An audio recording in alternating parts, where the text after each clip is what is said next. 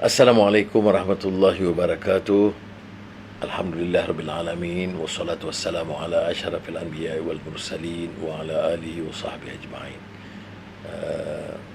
May I commend my colleagues in the IIIT, Dr. Hisham, Ahmad, Tonji, and the brothers and sisters who have taken this initiative of remembering the contribution of our colleague and friend and dear brother, a great psychologist. Now, I happen to be more familiar with social science texts, and psychology was a discipline that is quite distant, particularly because we associate it with clearly a soulless Western framework of Carl Jung and Sigmund Freud. And it never actually interested me in any way. Then came about this man, Malik Badri, and his dilemma of Muslim psychologists was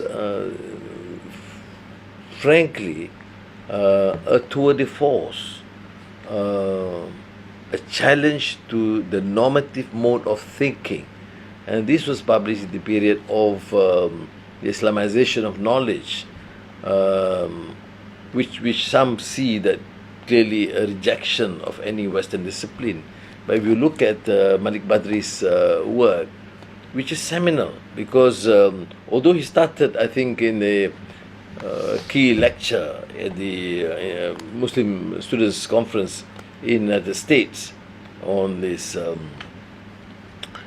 Muslim psychologists in the lizard's hole, based on the hadith of the Prophet Muhammad sallallahu alaihi wasallam, it clearly was, as I said, a challenge, and it attracted us, the non-psychologists or those who are not familiar with this thinking and trend, to appreciate what this man, in his mission, trying to create this awareness that the whole discipline must be looked from a different paradigm. And that's why he said in the last chapter about the the soullessness of that particular discipline or science. And again, incidentally, one of his latest works, Hisham told me that, or Anas, enlightened me about his latest work in Arabic, which is now in publication.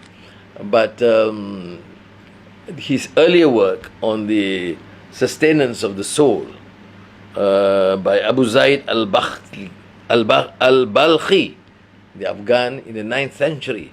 The advantage was that I had to then devour such works when I was in prison. So you go copious line by line and see the capacity of Brother Almarhum Malik Badri to understand and appreciate this contribution of a great alim of the 9th century about the sustenance of the soul, as compared to the existing theories which lacks that dimension of faith, values, inculcation of habits that could still work and change the mindset and understanding of any human being. So I of course then had the advantage of knowing him, having exchanges with him, provoking him and arguing in many occasions, in seminars, and also in our residence in Kuala Lumpur. And such a charming personality, and patient, because he mentioned once, because he said, this is a subject, unlike political science or social science or these related disciplines, is something which is not a common subject then, and not familiar to many people. So he made it very simple in his articulation of these issues. So we honor this great man who has contributed immensely in this discipline. And I think in the whole realm of Islamization of knowledge, Malik Badri, of course, excel in terms of challenging this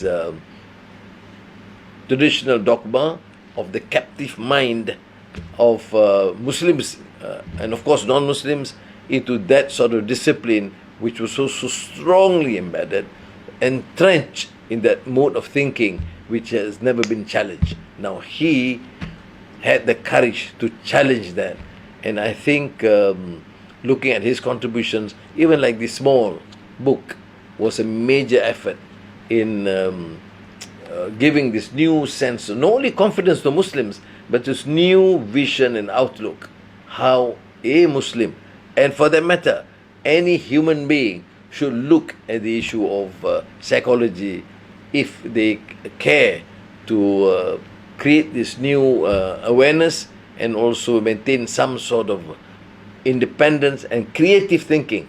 And I think this is very relevant in the context of the IIIT understanding, where we inculcate not dogmatic acceptance of traditional norm, be it in the East or in the West, but to inculcate this mode, this creative mind, creative thinking, to challenge even the established, entrenched normative understanding that has been so pervasive among intellectuals. So thank you very much again, and again I reiterate my commendation to the colleagues and this string of scholars present, or my colleagues here. I wish they are all here in Kuala Lumpur, and I must express my regret that I'm not able to participate in this session because I have a prior engagement, and of course the timing is arranged to suit the American time, so I humbly apologize, but thank you again. Wassalamu alaikum wa rahmatullahi wa barakatuh.